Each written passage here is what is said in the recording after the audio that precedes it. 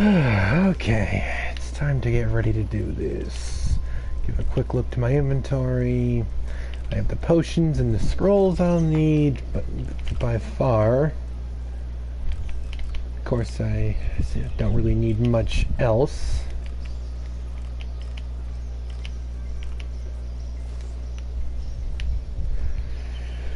Okay, so tonight, as most of you tuning in could probably tell based on the description and title, today I give Lair of Lostmauth a shot.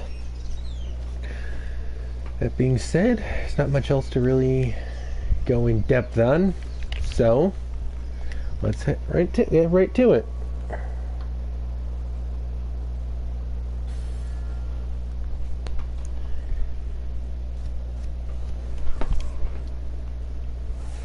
Okay, so I'm always taking a bit more of a tentative approach with these things, but as you can see, I'm really getting down to business here.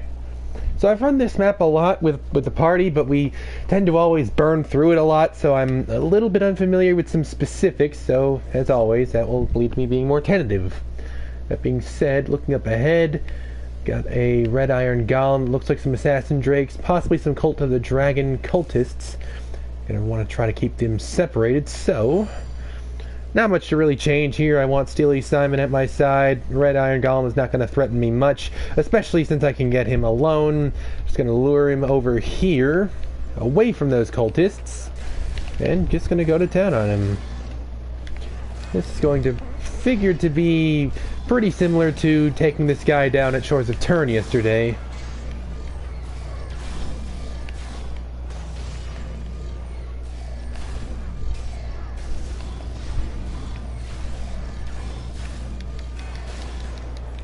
Yeah, this guy's going down fairly easily.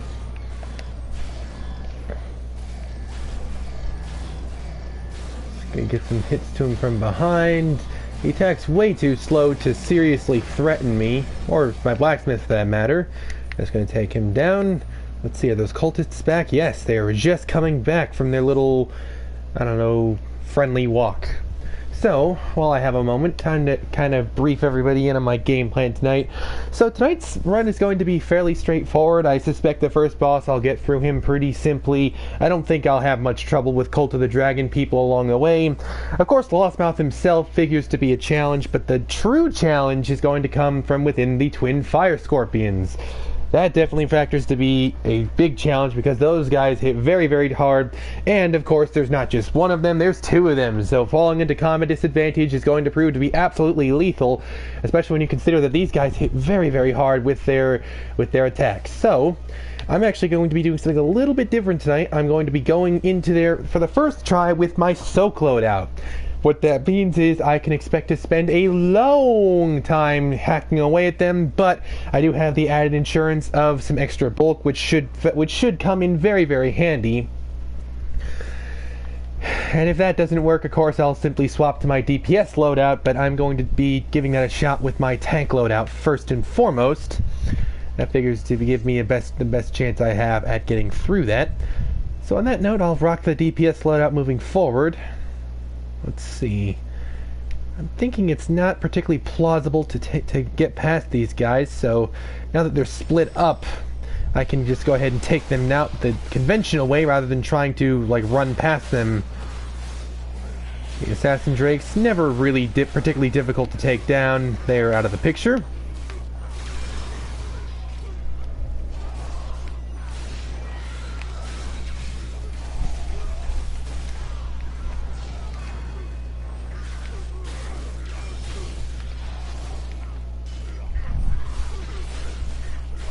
That'll take care of the blue Dragon Fang. We just have this one last Rage Drake to deal with. I'll take care of that guy. That's another little patrol unit down. Oh, wait a minute. We had that one Assassin Drake hiding in the background. Okay, so that's that. Takes care of that guy. Let's see, are there any other cultists in the area? The answer is going to be no, so I will press on. It looks like there's one red iron golem up ahead. Let's see if I can take him away from the others. Gonna just draw him well over here, way out of the way of everything else. Ah, wait a minute. There are some cultists coming this way, so I'm actually going to try to draw him over this direction. And just spam my mark, get him over here, barely eluding that little patrol unit over there, so now I have some one-on-one time with this golem. Again, it should be fairly straightforward taking this guy down.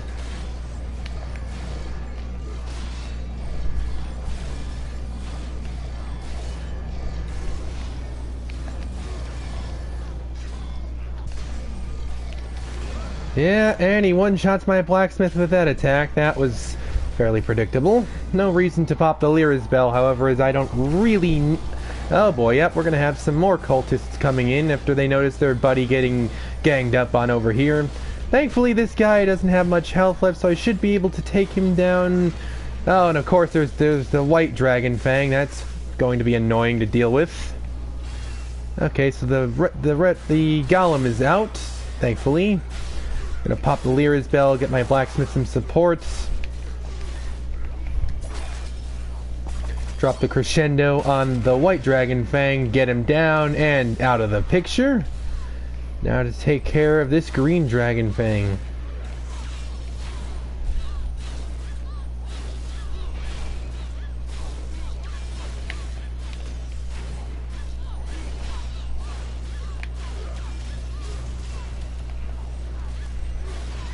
Green Dragon Fang is done. So that should bring me to the first boss. In fact, that will. Dragon Soul Vishal. This guy should not be too difficult to take down. He does not bring with him any adds. So I can actually sneak past this little group of cultists here and that red golem up ahead. There we go. Got past them. No need for some needless fighting. Make this run even longer than it's going to be. And let's get right to it. I'm going to pop my coin, I'm going to take my scroll and my potion, and here goes.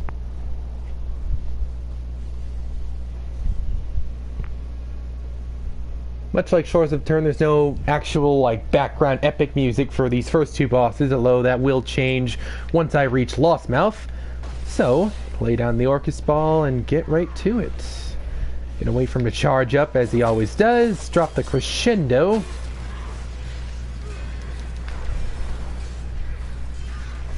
Already proving to be a fairly straightforward fight. He does hit kind of hard, but it's certainly nothing I'm incapable of handling.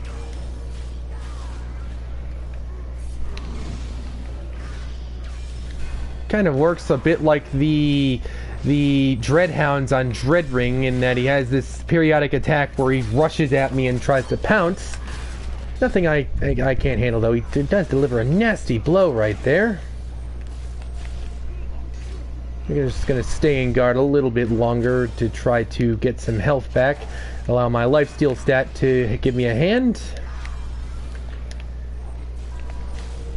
Gonna go ahead and pop a Fire's Recovery to get myself back up, and I do so successfully. Trying to look for some signs in this guy to try to predict what he's going to do next. That way I can get up guard and prevent him from hitting me with a hard-hitting blow.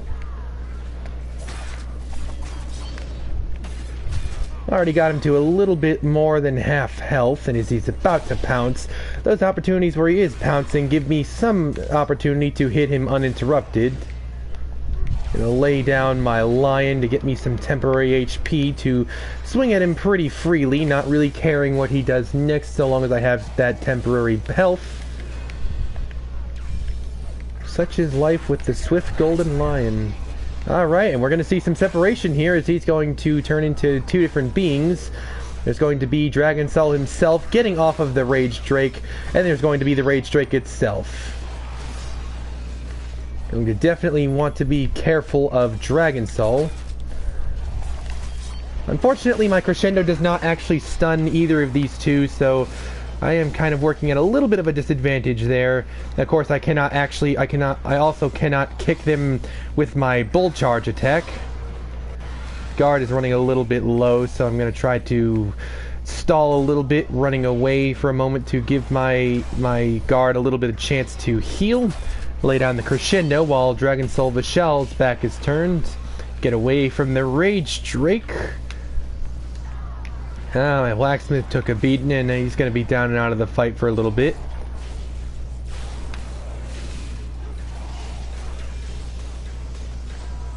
Unfortunately, it's not really much I can do about the Rage Drakes. They do present a challenge in keeping my companions alive. But yeah, I'm still not regretting using my blacksmith instead of Grim, because having the extra DPS is going to be helpful for taking one of these two down. The goal right now is to of course do just that, take one of them down. Then I can have a lot easier of a time focusing on just one of them. Trying to primarily get rid of the Rage Drake, because the Rage Drake is giving me more issue than Vishal is. That's going to take care of the Rage Drake right there. Unfortunately, my blacksmith goes down. I can't really... I have to step out of the way of that blast before I'm able to revive my blacksmith, but he gets up just a few seconds later, so no harm, no foul. Lay down my lion so I can just freely swing away at Vishal here, not really caring what he does, as I have the temporary HP to work with. And the temporary HP does wear off, but yeah, whittling away at Vishal, not particularly difficult. He's not very bulky. He is taking a lot of damage from my attacks. And let's see, that's going to almost to take care of him. And he's out of the picture. That's the first boss of this dungeon down. So let's see, I'm gonna head here, open up the temple entrance, and in we go to the Lair of Lostmauth. Unfortunately, I'll be without the services of my lion as a mount once we reach the lair. But I'll just go ahead and ride my lion right down to the bottom. And predictably, there goes my mount. So, I'll just get right into it. So, a pretty healthy dosage of Cult of the Dragon adds to deal with moving forward. Nothing much that I wouldn't have expected. So looking ahead, oh wow, they're actually going to see me from all the way over there, and that deprives me of the opportunity to scout them out and have a course of action. But I think I probably would have kept my blacksmith out anyway, and I don't need to reuse any of my consumables, so really they're just speeding things up, as I likely would have gone in with exactly what I have now.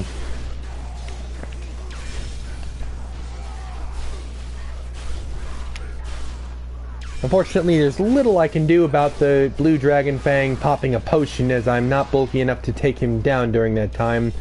But I get his health right back to where it was before, and I'll be able to go ahead and finish him off just like that. Take that rank 5 Dark for double refinement, which has treated me very well so far. It's allowed me to get my Forge Hammer of God to Legendary, which will certainly bode well for me in the long haul. Okay, so that's that group of ads there. Gonna go ahead and forge on. Let's have a look at how the time. 12 minutes, got about 20 minutes left on my potion and my scroll. Alright, so I have to really be careful of these fireballs. Now they don't really pose much of a threat, but as I move throughout the dungeon, I'm going to quickly find that they become more problematic. That being said, and I get steamrolled by that fireball. Time to press on. Just the same exact group of cronies that I dealt with last time. Nothing really much to be said about this. I do take out the Assassin Drakes before I take out this Dragon Wing, though. So that's, of course, different, but really I would have just taken them down in some order anyhow either way, so... Going to guard for the Rage Drake's attack, so I can slip behind it and dodge the attack altogether. Takes care of the Blue Dragon Fang.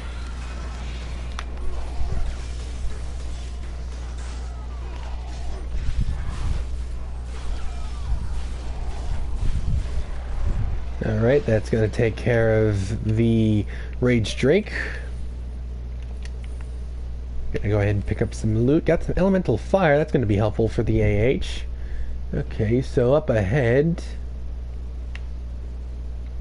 up ahead we got, looks like it's just a few black dragon fangs, and oh, there's one green, there's a blue, 2 greens actually. It's difficult to tell what color they are when they're in that shadow. Okay, but I'm going to try to lure them over here so I don't have to contend with the fire. And I'm going to do exactly that, and they come right to me. Weapon Master Strike negating the Blue Dragon Fang's shield entirely. Able to get away from the rooting effect of the Green Dragon Fang's attack. It's not too big a deal though, because they're not really threatening to take combat advantage away from me here, so I can mostly just stand in place and wait for the rooting effect to wear off.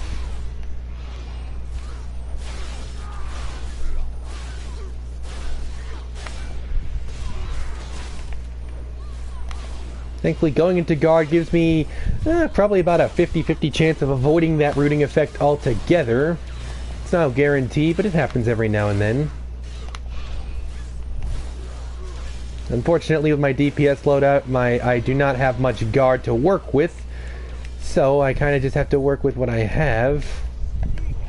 Although now that I got this Green Dragon Fang in a 2-on-1, it doesn't really matter what they do. Gonna go ahead and I don't punt them away in enough time to prevent that attack from coming, but again, it's really inconsequential because I finish her off right there. Excellent. Okay, so going to move forward. Looks like there's a red iron golem up ahead. Again, I'll just go ahead and take him down without too much effort or problem.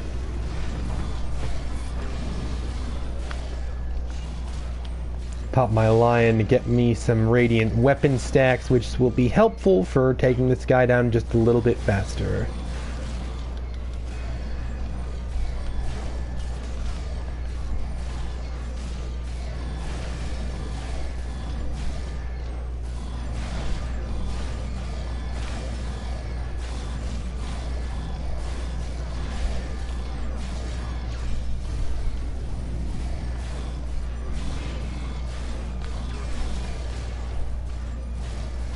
That'll take care of him, and I'll move forward. Looks like the flamethrowers are gone for now. Okay, so I'm not going to be able to get back up there. Not that that's too important, as this little patch of ground provides me with enough maneuverability to work with that. Not that I'll really need that. I'll be able to take this group down without too much problem.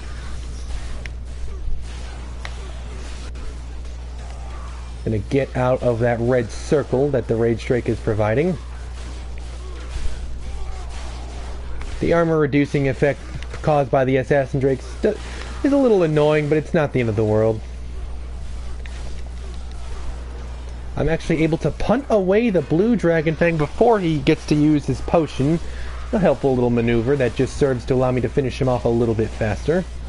Gonna finish off that Rage Drake there. And take just a few seconds to murder these Assassin Drakes, and that'll do them. So we have our little campfire here, and it looks like coming up next is going to be none other than the Fire Scorpions. So I'm going to make a move, a big move, one that I don't typically make. I'm going to swap to my Soak loadout, and I'm going to make a second move.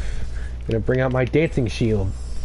The Dancing Shield doesn't really make up for the damage I'm losing by swapping away from my DPS, but, well, it's going to do something, and it takes a page from Grimm's book in that it does a, not great, but it does an okay job at generating threat.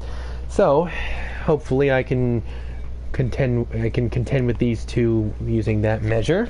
And if not, like I said before, I'll simply return and grab my DPS loadout. So, on that note, here goes.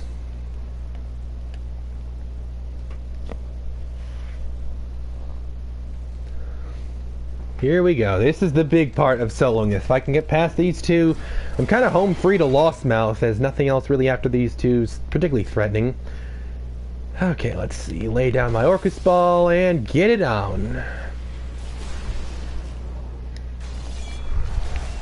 I do not do much damage at all with this loadout, but, well, that's gonna kinda have to just be too bad, as I really need all the bulk I can get to survive what these guys throw at me. As you can see, they're pelting me with fire, and even with my Soak loadout, I'm taking a lot of damage. I'm gonna drop down the Indomitable Strength on that guy over there. And even with my Soak loadout, I am denting these guys a little bit, so it's not like I'm helpless. Okay, these guys, it is proving to be pretty manageable. They're dropping a lot of fire on me, though. As you can see, Sheila right there tanking that Scorpion until I turn up and begin to stab it and generate some threats. Gonna lay down a fighter's recovery to get back about 25% of the health that I lost. Lay down my lion to provide me with some temporary HP that I can use to swing away at these guys fairly freely. One of the fire scorpions, I'm not sure which one that is, but one of the fire scorpions is a little bit dented. I would assume that's probably the one I've been on most of the time. Drop down an indomitable strength. The beauty of being in my soak loaded is that I have enough stamina. I can hold shield basically forever, so I can be pretty defensive with a fair degree of success. I can go into guard just about whenever I want, and I can be in guard for a very long time. Of course, going around and around and around, it's difficult to actually keep track of which fire scorpion is which in terms of how much health they have. But I'm going to assume the one that I'm slashing at now is the one whose health is on the bottom and is the one that who's been damaged the most. So knowing that, I'll just go right ahead and continue to slash away at this one. Of course, if I can kill just one of them, I'm kind of home free. They're not proving to be too problematic.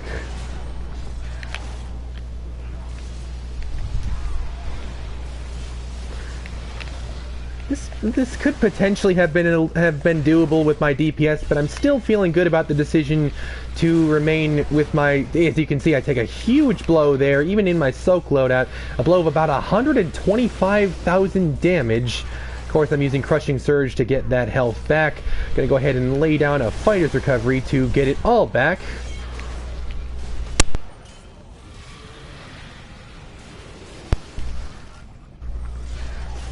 These guys are not the bulkiest bosses in the world, but given that they are, of course, bosses, they are going to have quite a bit of health. And of course, it is worth noting that once they die, they do kind of explode, so I'm going to have to be prepared to get out of the way when that happens, but that's happening very, very slowly as of now. Still a good overall call to come with my soak loadout, as that's proving to be giving me some much-needed survivability. And given that I'm not actually tanking for anybody right now, I still have all the mobility that I need to reasonably get this done. Get that indomitable strength off. That one on the bottom, the one I seem to be working on now, down to its last 80% of its health, so that's going well. Still, I have to be a lot more careful to not get myself into combat disadvantage like I was for just a few moments there. I'm gonna get away from that little smushed in area to get me some more open ground. Try to lure... Okay, so that one that I've been working on a lot seems to be more interested in Sheila than me. So, knowing that, I'll go ahead and just work on this one right here.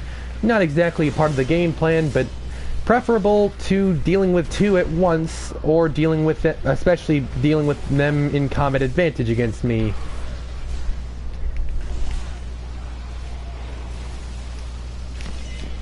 The decision to bring Sheila's looking like a good one.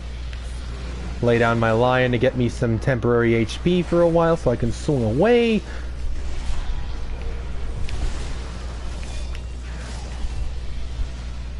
It's going well so far. They haven't seriously threatened me yet.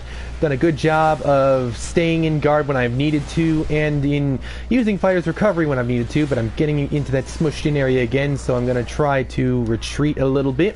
Drag them over this way to a more neutral ground.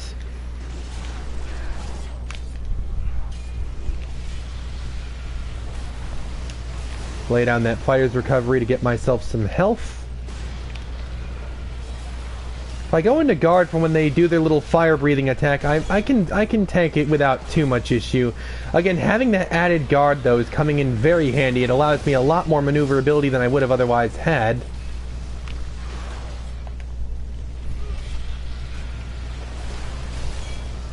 Lay down an Orcus Ball, generate some offense against these guys. Again, it is worth noting I also have Stones of Health if I ever find myself low on health, and I do not have a Fire's Recovery on deck. So, yeah, I mean, the lifesteal stat on my Soak loadout is kind of insane, so that's not too problematic. Although, looking at that one, That one at the bottom just took a nasty chunk of damage, and I don't know what from. Yeah, they're both roughly at about the same rate. They're the one on the bottom, strangely enough, seems to be have more health than the one on the top, despite the fact that the one on the bottom is the one I've spent a majority of the time focusing on.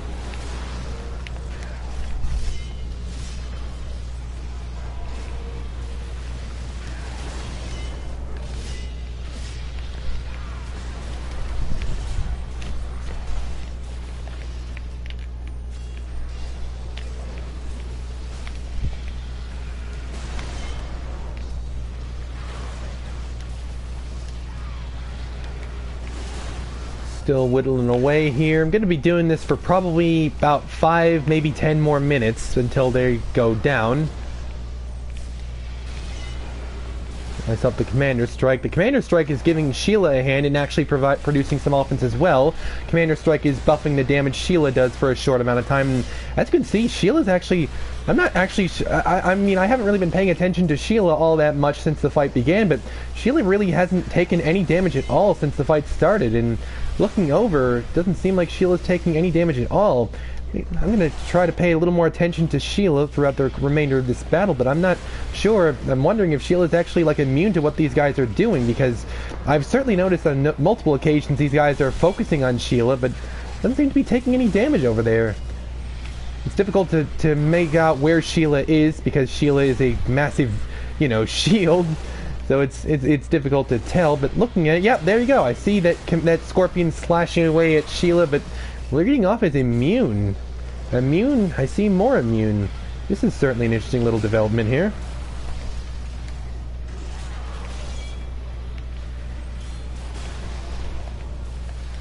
Lay down the Indomitable Strike. Get up my Lion.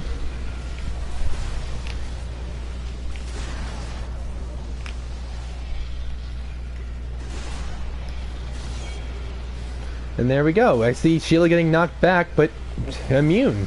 I'll be damned. Huh. That's very interesting. Very helpful and very interesting.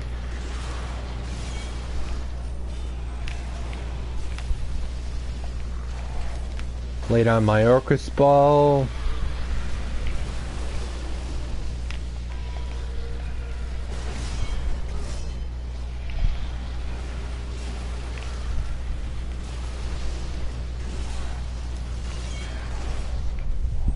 These guys are still have a lot more work left to do, but getting about halfway on that bottom Fire Scorpion.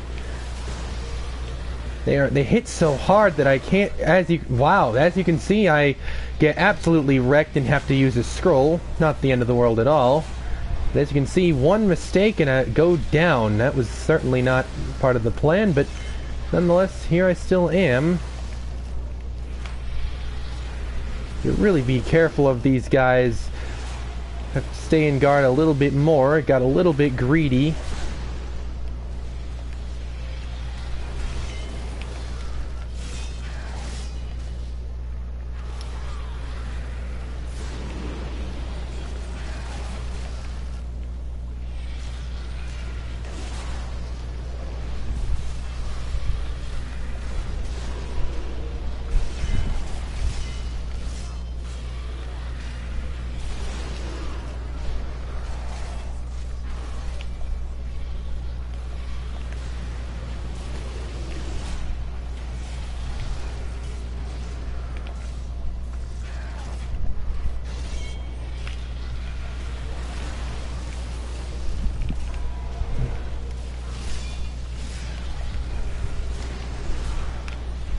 That one on the bottom getting underneath half health.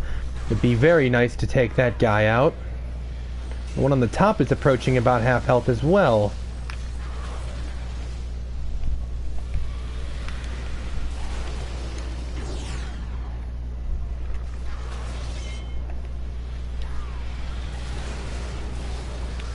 Gonna lay down my line to provide me with some protection. Trying to get out of the way of these meteors.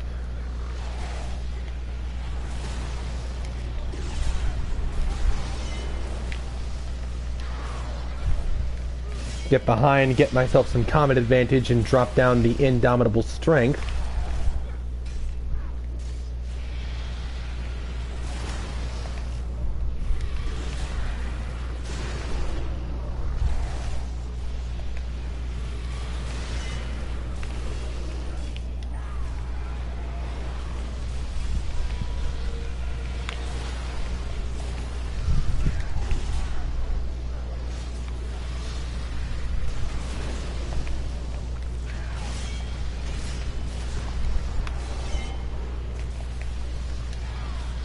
Lay down an Orcus ball. I got my lion on deck. I'm going to pop that lion immediately.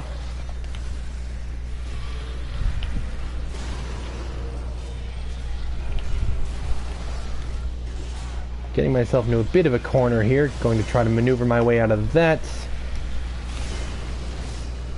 Really, as long as I don't let the meteors that they're spawning hit me while I'm out of guard, I can pretty much finish this fight without too much difficulty, unlike that last time where I got wrecked by that little combo of theirs. They're not attacking particularly quickly, so it's made maneuvering not too difficult.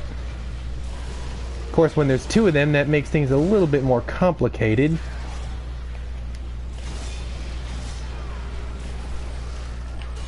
Oh yeah, that one got combat advantage against me and used it to snip me for about 30k damage. Not the end of the world, but not particularly pleasant.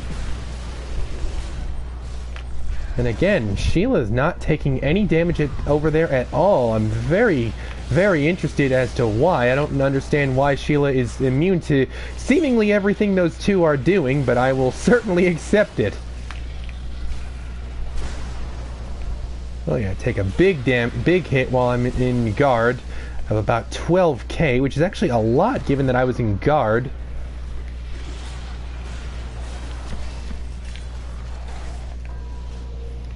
You know, the fire scorpions, standalone, they're obviously not frail, or I would have been done with them long ago, but compared to normal bosses, these guys do not have a lot of health.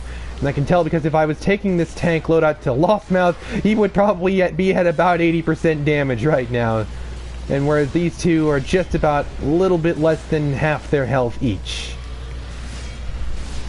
Gonna give myself a little bit of a corner, trying to get away from that to maximize my maneuverability. Get up the Orcus ball for some damage.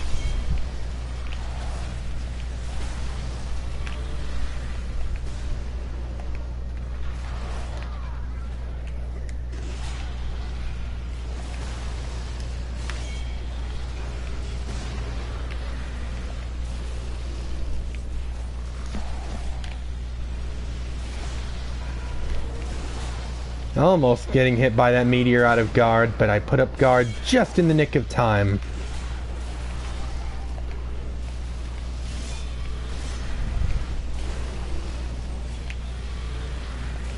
Really, the two attacks that I have... Well, I would say I have three attacks that I direly need to avoid from these guys. One of them is right there when they breathe their fire. The other one is when they summon those meteorites. And the third one comes from when they jab me with their stinger and spawn the lava plumes. Those deal nasty amounts of damage over time, which is obviously undesired. Get up my lion. Give me some time to swing away freely. LOL, just kidding. I have to go into guard almost immediately.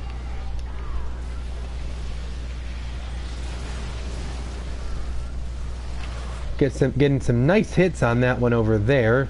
Get about 5 hits of Crushing Surge before I have to go into guard.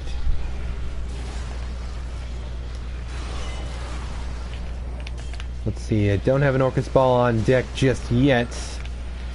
Those have been sneakily helpful here, given that I've given up almost all of my offensive output just to get myself some much needed bulk, proving to be a phenomenal decision on my end. Gotta get out of the way of this guy's lava plume.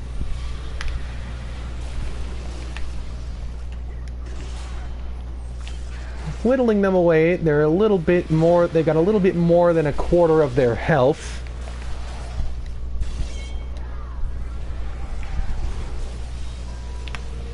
Oh yeah, gotta get out of the way here. especially when they have that meteor plus the fire breathing. That's what got me the last time, and that's what I really need to prevent from happening again.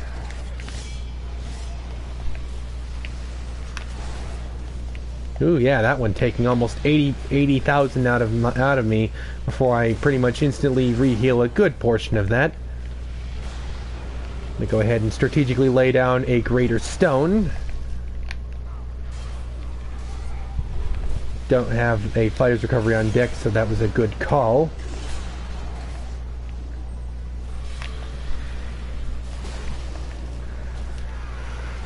Thankfully these guys are not very fast, so I can maneuver my way out of their attacks easily enough. Oh yeah, get into guard for the meteors. I'm able to do that without too much difficulty.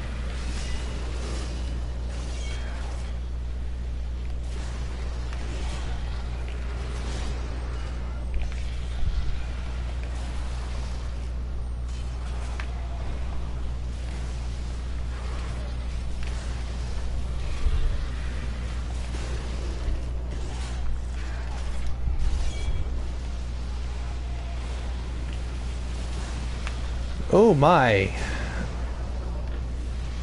Okay, I just barely get out of that one. That was a close call right there, but I get out of it okay. Need to pop a greater stone, but that's hardly problematic considering I still have about 140 charges left of the thing. Gonna lay down my lion for some protection. I get in about 5 hits of Crushing Surge before I have to go into guard.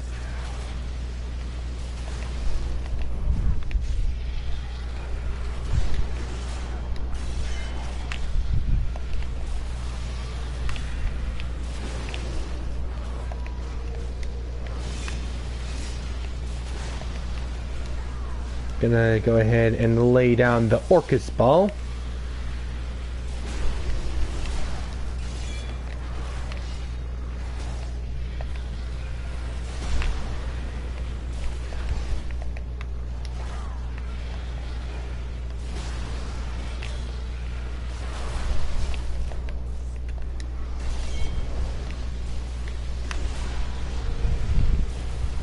Retreat a little bit to get away from the meteors.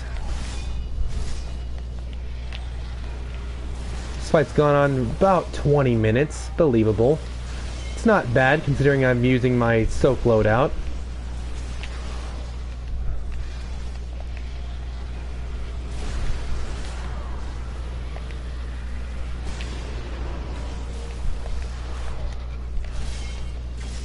Got that one guy in the bottom down to about 12% of his health.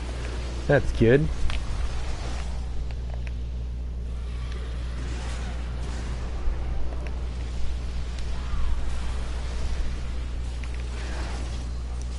I will say Sheila is doing a magnificent job of tanking one of those fire scorpions. Oh no, hello, I see I have a comment from Gamer5245. Am I soloing this? Yes, I am soloing this. I am very much soloing this.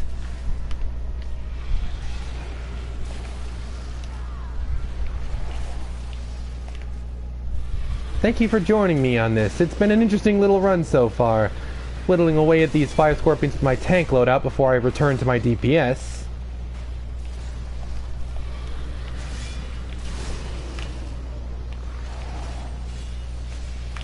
Certainly been an interesting experience. About what I expected from these guys. They do hit very, very, very hard. That's why I countered that with my own soak loadout.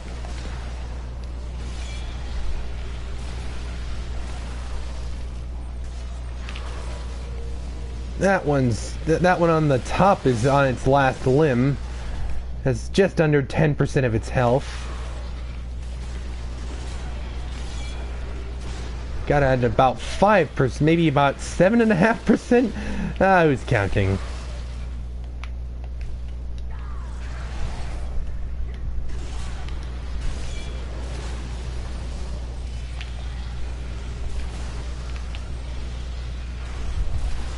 They've definitely ramped up the intensity of their attacks ever since I get them gotten them to about a fourth of their health, but I think I can handle this just fine.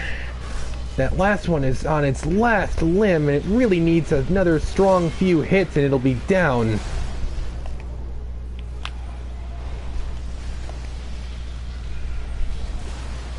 Yeah, I can barely even see its health now. If I can get that guy down, it's going to be curtains on this fight. Like, oh, I'm running low on guard, so I have to quickly retreat just a little bit. That other one on the bottom's now underneath 10% of its health. And that's gonna do it for that fire scorpion, so this should now be pretty straightforward. Now I only have one fire scorpion to actually worry about, and Sheila is taking it pretty masterfully. I'm getting the opportunity to get in all the swings in the world on this guy, and that is going to definitely do it. Yeah, Sheila doing a magnificent job taking this guy off, and I got in many hits.